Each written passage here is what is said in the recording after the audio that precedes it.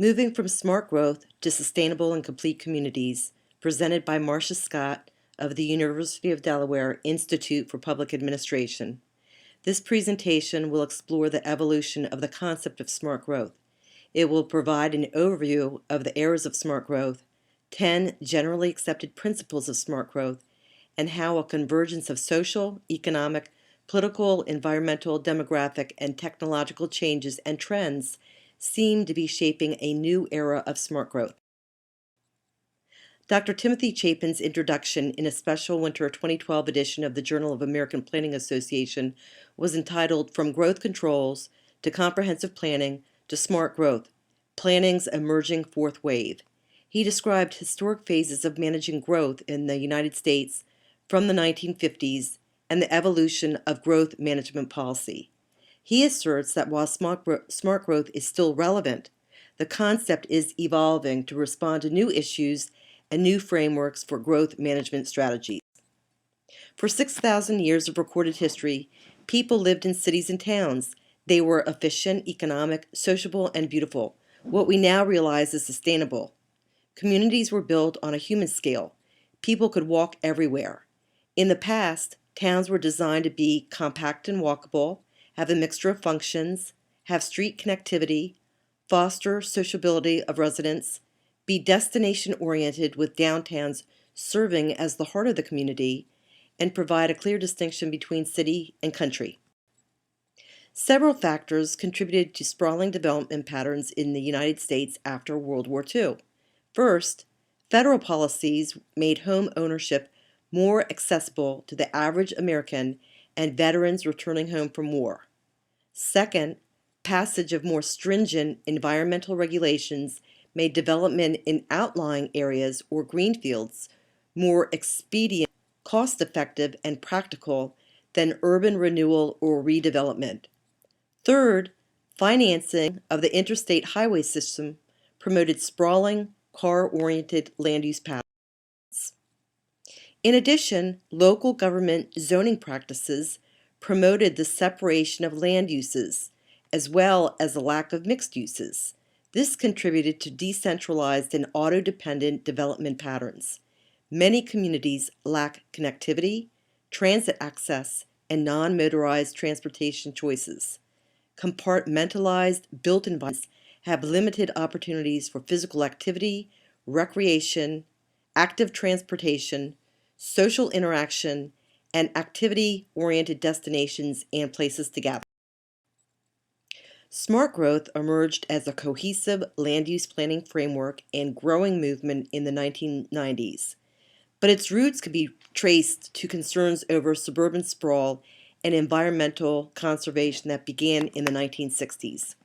Early advocates of smart growth included urban planners and architects from the new urbanism movement, such as Peter Calthorpe, Robert Davis, Andres Duany, and Elizabeth Platter Zybeck, who argued against indiscriminate auto-centric sprawl.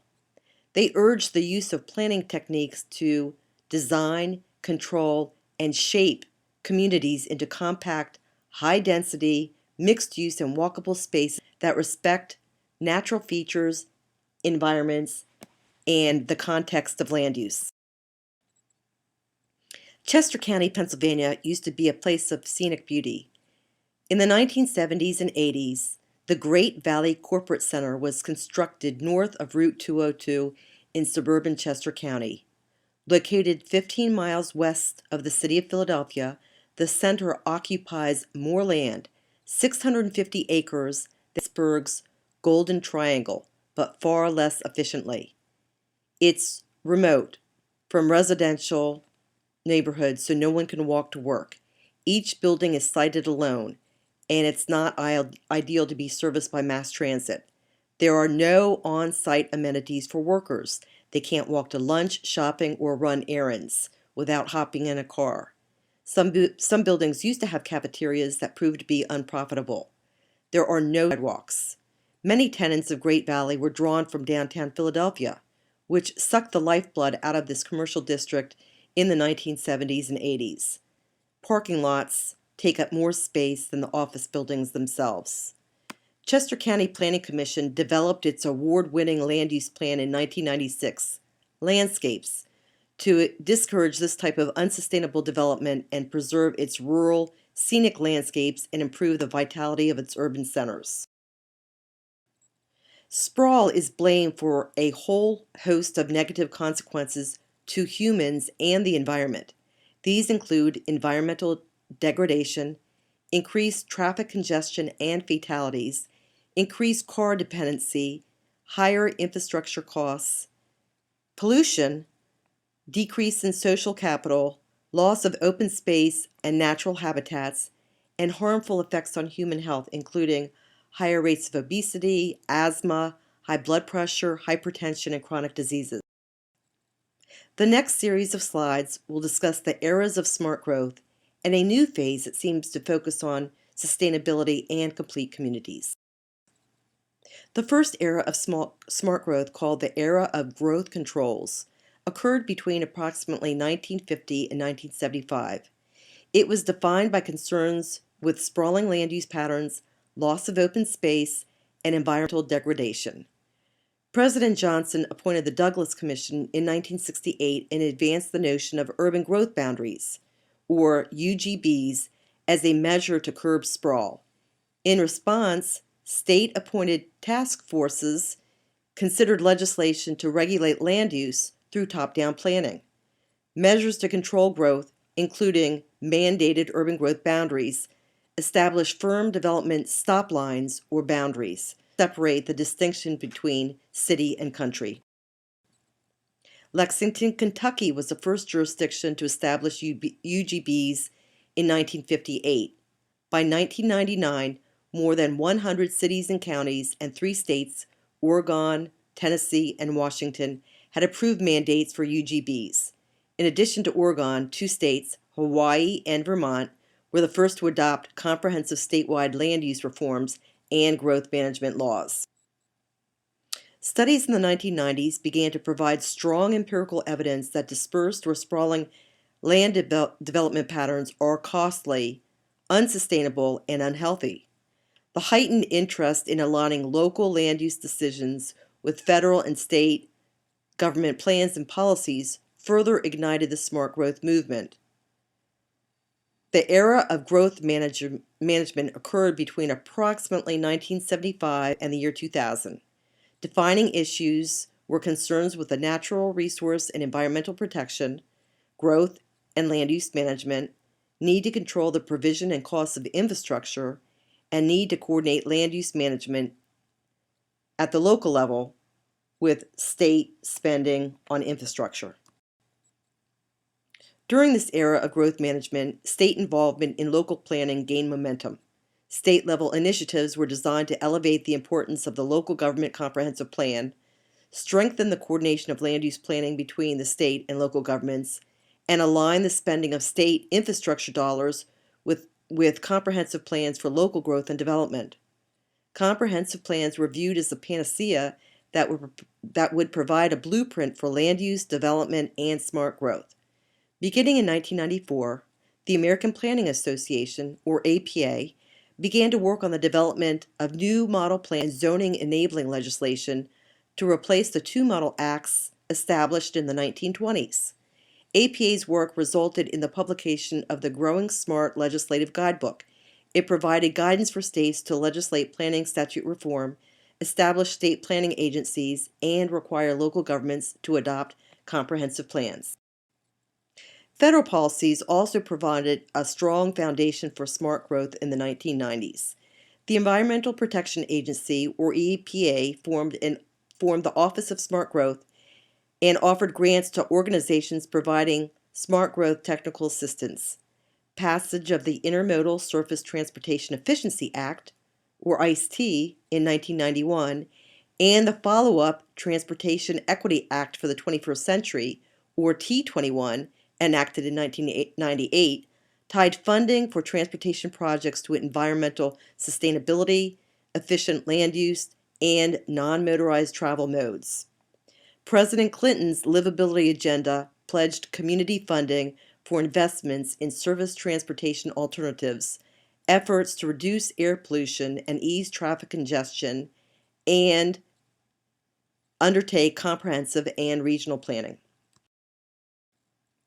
In the mid-1990s, several organizations emerged to give rise to what was eventually called the Smart Growth Movement.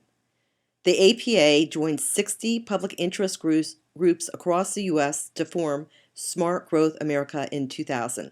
It became the focal point for advocacy on better growth policies and practices at the local, state, regional, and federal levels to promote farmland and open space protection, neighborhood revitalization, efficient transportation and land use, affordable housing, and the creation of livable communities. EPA and other private, public sector, and nonprofit organizations established the Smart Growth Network in the mid-1990s to deliver a range of planning and policymaking resources to assist regional and municipal governments with redevelopment projects, comprehensive plans, and policy adoption.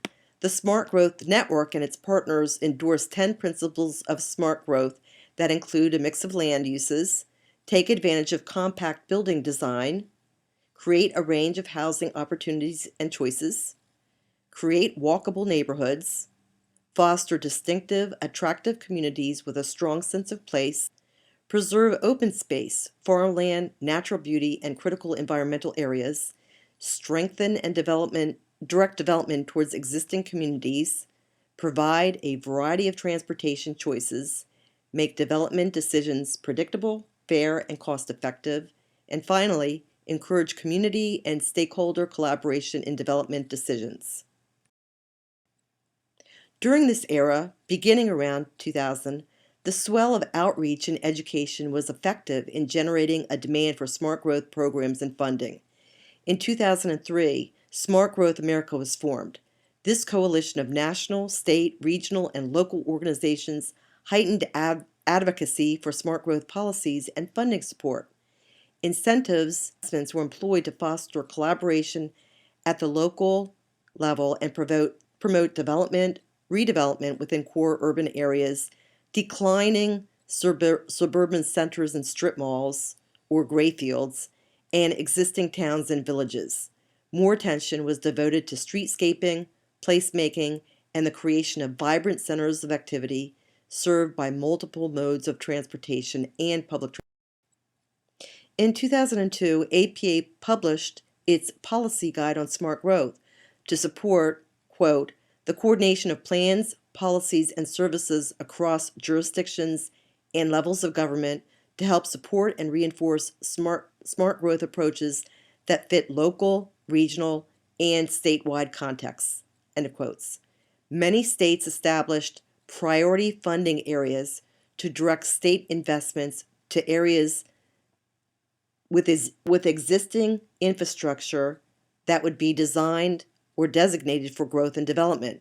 For example, in 2000, Delaware adopted Livable Delaware legislation that tied state spending and investment to designated growth areas or state-level investment areas. Legislation also required local governments to prepare and adopt comprehensive plans. Local governments could apply for funding to prepare plans that would be certified at the state level, and also funding to support the adoption of policies and ordinances to implement comprehensive. APA conducted a comprehensive survey of planning reform and smart growth activity in the states between 1999 and 2001. At the time, 1/4 of the states were implementing moderate to substantial statewide comprehensive planning reforms. Nearly 1/3 of states were actively pursuing their first major statewide smart growth planning reforms. About 1/5 of the states were pursuing additional statewide amendments to augment local or regional planning requirements or already adopted reforms. During this era, states aligned their smart growth programs and platforms with federal initiatives and funding. Federal funding was used by states and metropolitan planning organizations, or MPOs, to incentivize smart growth initiatives such as infill development and redevelopment, mixed-use development, enhanced housing choices and affordable housing, transit-oriented development, multimodal transportation options, congestion mitigation, environmental protection, public engagement and planning. Many planners still believe that we are in the era of smart growth, including Dr. Timothy Chapin. However, while Dr. Chapin believes that the concept of smart growth remains intact, he cited a new wave of smart growth that he believes is emerging, which focuses on sustainability. A variety of complex issues will broaden the growth management agenda even further. Dr. Chapin suggests that this new era emerged around 2012. However, beginning around 2007, a convergence of social, economic, political, environmental, demographic, and technological trends seems to have signaled a new era of smart growth. A more descriptive term for this new phase may be called the era of sustainable growth in complete communities. This new era is defined by several issues. The Great Recession reinforced the importance of job generation and the ability to compete globally. Communities must now respond to new economic realities, market preferences, and demographic shifts. Other concerns influencing public policies at the federal, state, and local levels include climate change and sea level rise, energy systems and supplies, and the silver tsunami of baby boomers aging into retirement and greater demands to age in place. While not specifically discussed by Dr. Chapin, research indicates that this contemporary wave of smart growth has been heavily influenced by changing federal policy landscapes and more intense competition for available funding, geared to support economic recovery and resiliency, community livability, transportation, and sustainability initiatives. In recent years, smart growth has been rebranded, reinterpreted, redefined, renamed to encompass new movements, ideological views, and issues. New and recycled axioms include terms such as livability, healthy communities, smart mobility, sustainability, resiliency, new urbanism, walk-ups, complete streets, complete communities, and transportation demand management. In a globalized economy, local character matters more. APA states that the design of healthy communities must provide a unique sense of community and place, preserve and enhance valuable natural and cultural resources, equitably distribute the cost and benefits of development, expand the range of transportation, housing, and employment choices, and value long-term sustainability rather than short-term, incremental, or geographically isolated places. The economic importance of place, or placemaking, is being recognized. There has been an increasing convergence of smart growth principles and economic development practices in urban redevelopment and revitalization initiatives. This diagram, by the Project for Public Spaces, shows how places can support healthier communities through access and linkages. 25% of all trips are less than a mile away, but 75% of those trips are made by car. Truly healthy places need to be accessible to all community members of all ages and abilities through street and sidewalk connections. Uses and activities. A beautifully designed space is worthless if people don't use it. Comfort and image. Places that are designed to be appealing, enjoyable, and convenient provide incentives for people to get out and be physically active. Sociability. This graphic shows that people are happiest when they are around others, and not just of the same socioeconomic status, age, or ethnicity. This presents a case of why retirement communities should not be built in socially isolated places like remote rural areas. An Urban Land Institute Infrastructure 2014 survey asked high-level public officials and private real estate leaders about the importance of high-quality infrastructure in cities. The survey revealed that infrastructure quality is the top factor driving where real estate development happens. Upgrades to the public transit systems, including bus and fixed rail systems, emerged from the survey as a strong priority for future investment. Other priorities included improved roads and bridges, pedestrian structure, telecommunications, and transport connectivity. The ULI survey also highlighted two emerging trends. First, the public is indeed willing to pay for quality infrastructure. Second, there is indeed a growing demand for compact, walkable development that needs to be addressed by urban planners and the private sector. The Great Recession also reinforced real estate and development trends that favor smart growth. Two demographic groups, the baby boomers born between 1946 and 1964, and the millennial generation born from the early 1980s to the early 2000s, want community investments targeted to address barriers to healthy living, create walkable places, and optimize transportation choices. The 2015 Community and Transportation Preferences Survey by the National Association of Realtors showed that most millennials prefer walking over driving, living in attached housing that's near amenities, work, shops, and restaurants. In addition, most Americans prefer neighborhoods that are walkable, and they would sacrifice living on a larger lot for greater walkability and convenience.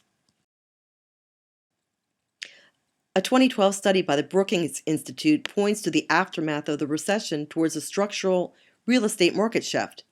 It also cites emerging evidence that points to a preference for mixed-use, compact, amenity-rich, and transit-accessible neighborhoods. McMansions and Hummer houses are out. Young millennials and Generation Yers are driving demand for walkable urban places or walk-ups. They want homes near jobs and transit, in walkable neighborhoods near centers of activity. In addition, aging baby boomers want to downsize from large single-family homes to small footprints of homes located near urban centers. Transportation Demand Management, or TDM strategies, are also gaining credibility among land use and transportation planners. According to Arlington, Virginia's Mobility Lab, TDM is the flip side of infrastructure. It focuses on helping people use the infrastructure in place for transit, ride sharing, walking, biking, and telework. It is cost-effective in guiding the design of our transportation and physical infrastructure so that alternatives to driving are naturally encouraged and our system better balanced. It's a set of dedicated information, encouragement, and incentives that help people use existing infrastructure more easily and effectively. Another trend is information and communication technologies that have given rise to the sharing economy, or so-called collaborative consumption, where people go online to share goods and services. The sharing economy may minimize societal problems such as hyperconsumption, pollution, and transportation inequities by lowering transaction costs related to the coordination of economic activities within communities. While sharing improves resource allocation and meets customer demand, it also raises serious policy questions about how to maintain local service standards, manage risks associated with those services, and regulate industries, such as the car-sharing industry popularized by Uber and Lyft. We are also moving towards a more connected, interactive, and sustainable transportation system. The vision for smart mobility is where people and transportation systems seamlessly connect and interact through innovative, state-of-the-art information technologies. While connected and driverless cars are now becoming a reality in the United States, there are also costs and benefits that come with this technology. Benefits associated with this new roadway technology include road safety, reduced travel time, more efficient freight transportation, savings to fuel and the economy, and increased roadway capacity. On the other hand, concerns include creating new federal and state laws, individual privacy concerns, whether the software can be hacked, and who's responsible for crashes: the passenger, vehicle manufacturer, software company, or Department of Transportation. In addition to these trends, a federal partnership for sustainable communities was created in 2009 among the Department of Housing and Urban Development, or HUD, the EPA, and the U.S. Department of Transportation.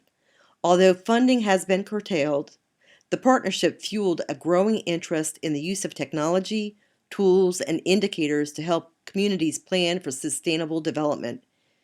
Visualization, scenario planning, interactive GIS mapping, and digital tools are being used to better inform and facilitate citizen engagement, better integrate land use and transportation planning, and decision-making by local. Here's an example of a graphic representation that depicts what a roadway corridor may look like if both complete streets elements that provide for context-sensitive transportation improvements and streetscaping techniques that provide aesthetic improvements are applied to a roadway segment. Traditional long-range transportation planning efforts at the state and regional level typically treat development patterns as a constant, not as a variable. Building a plan involves projecting status quo trends and determining future infrastructure needs based on the results.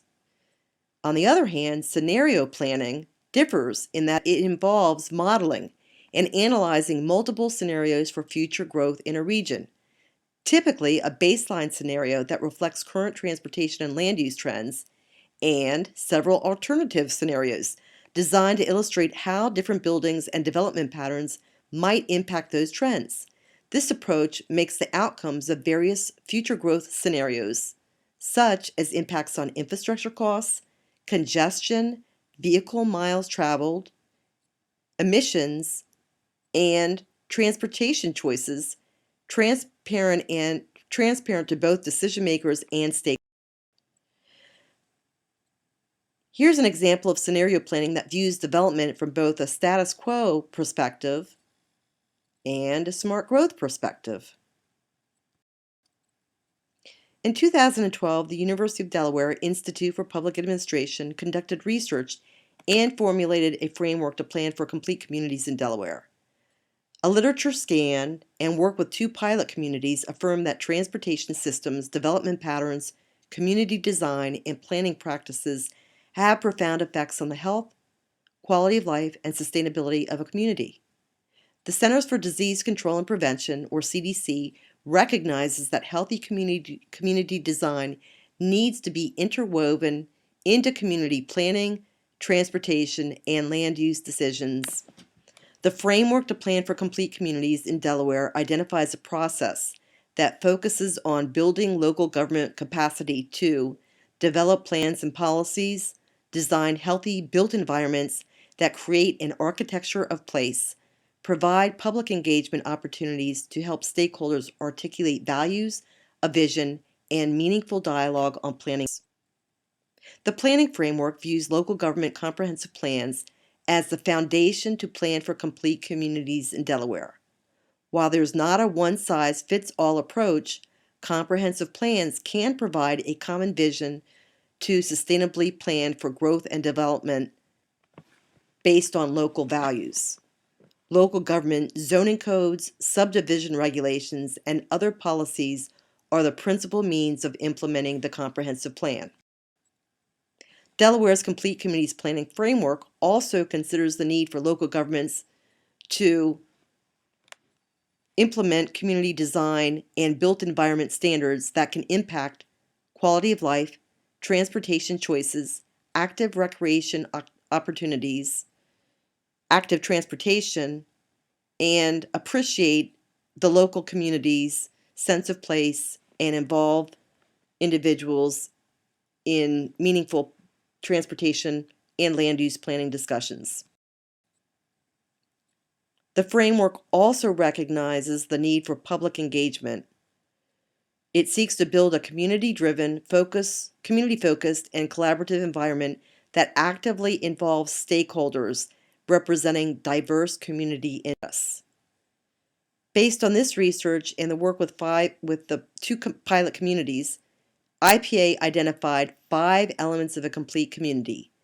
These elements form the basis of an online Delaware Complete Communities Planning Toolbox and the Delaware Planning Education Training Program to build local government planning capacity. The first element of a complete community is complete streets. This element achieves principles of connectivity and integrates multiple modes of transportation. It reduces separation between home, work, and school, fosters walkable, bikeable, and transit-friendly communities, and provides connectivity to surrounding areas.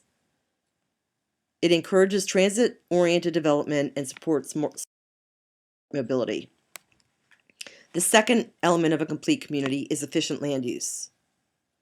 This element illustrates the need to provide a mix of complementary land uses, supports mixed use and compact building design, encourages varied community landscapes and streetscapes, guides and fosters smart growth, strengthens and revitalizes downtown commercial areas and main streets, and institutes design that uses compact, sustainable planning practices. The third element of a complete community is healthy and livable. It offers a diversity of affordable housing types and forms, provides access to health and social services, maximizes opportunities for physical activity, recreation, and cultural services, improves access to healthy foods, creates active built environments that are walkable, vibrant, and accessible for people of all ages and abilities, and creates aging-friendly environments and better prospects to age and community. The fourth element of a complete community is inclusive and active. It fosters a strong sense of place and sociability, creates social networks, strengthens stakeholder collaboration and an engaged citizenry, promotes community involvement and social activities. It fosters a distinct community character, preserves community heritage, and respects local culture. It ensures the personal comfort and image of a place, enhancing safety and security and maintaining the condition of the existing buildings, housing stock, and historic places. The final element of a complete community is sustainable and resilient. This element promotes infill development, use of existing infrastructure, and reuse or adaptive reuse of old structures and historic buildings. It integrates old and new development, advances economic competitiveness, cultivates sustainable environmental practices, and conserves natural, historic, scenic, and environmental resources. While it's optimal to move towards sustainable and complete communities, it's not without challenges. In the next series of slides, we will be discussing a series of challenges that face planners, engineers, and transportation officials, as well as elected officials at the local, state, and federal levels. These include policies, lack of funding, disconnects between land use and transportation planning, outdated local regulations, and market demand and reality. The first issue of concern is federal transportation funding. The multi-year transportation bills passed by the House and Senate earlier this year are fairly similar, but they provide a bleak picture for supportive programs that provide local government control over transportation spending, programs that enhance multimodal transportation such as complete streets, and programs that incentivize smart growth such as transit-oriented development. Most importantly, the bills provide no actual solutions for keeping the nation's transportation fund solvent. The Congressional Budget Office predicts highway trust fund insolvency as early as this year because there are insufficient funds to maintain at least the current level of transportation expenditures. Another issue towards the move towards sustainable and complete communities is outdated land development regulations. While smart growth is a preferred option to achieve more sustainable land use patterns, often outdated land development regulations can lead to unintended consequences. They may preclude the provision of bike lanes along street arterials, medians for light rail in downtown areas, the creation of transit-oriented districts, wide sidewalks and street-level retail that are characteristic of pedestrian-friendly areas, a mix of residential, commercial, and even light industrial uses that are complementary, higher density development, and aesthetic improvements like placing utilities below ground or lining a corridor with streets. As a result, many communities are unable to break away from existing conditions. Barriers to better development include inflexible local regulations, such as setbacks, minimum lot sizes, single-use zones, excessive parking requirements, outdated market perceptions. Developers are more comfortable with conventional designing and constructing conventional communities, and local officials that have low expectations may be willing to accept any development rather than establish higher expectations that is more aesthetically pleasing and complete and smart growth oriented. The development review process. Often there are time and money issues to obtain approval. Developers don't want to go through long, arduous processes that are uncertain and labor intensive. Finally, density without amenities. Many community members and local officials believe that lot size is more important than community character, where this is counter to recent studies and surveys, such as those by the National Association of Realtors and the Urban Land Institute. Another barrier, huge barrier, is disconnects between land use and transportation planning. Land use influences transportation, and transportation follows development. Traditionally, local governments are responsible for land use planning, while states or other entities plan for transportation. Unless there's a coordinated approach, sprawl will occur. To bridge the gap between land use and transportation planning, communities need to develop in priority growth areas with existing infrastructure. There need to be incentives for infill and redevelopment in downtown areas with existing infrastructure. Regulatory barriers to infill and redevelopment need to be eliminated. Communities need to plan for transit-oriented development and transit-ready places. And finally, communities need to consider the adoption of form-based code rather than the traditional Euclidean codes that separate land uses. Although there is market demand for walkable urban places or walk-ups, a 2010 survey by the Urban Land Institute and Lackman Associates affirms that consumers are still motivated by the price and size of homes. While walkability is an important feature, many prospective property owners are not willing to pay higher prices to live in urbanized areas that cost more. The market reality of commercial development with smart growth attributes is also problematic. Underwriting costs of development that is unconventional is costly and challenging to banks. Challenges include higher costs for land assembly, remediation costs if it is a brownfield site or contaminated site, higher upfront capital investment, and the perceived financial risks of mixed-use development. These are all barriers that need to be overcome. Despite these challenges, there is a growing movement towards sustainable and complete communities. It is an approach that encourages local governments and communities to integrate walkable, bicycle, and transit-oriented transportation systems with efficient land use and development. In summary, a complete community is one that considers transportation options and connectivity, mixed and efficient uses of land, healthy environments, job growth and business diversity, and an involved citizenry that help define a community's unique character and sense of place. Thank you.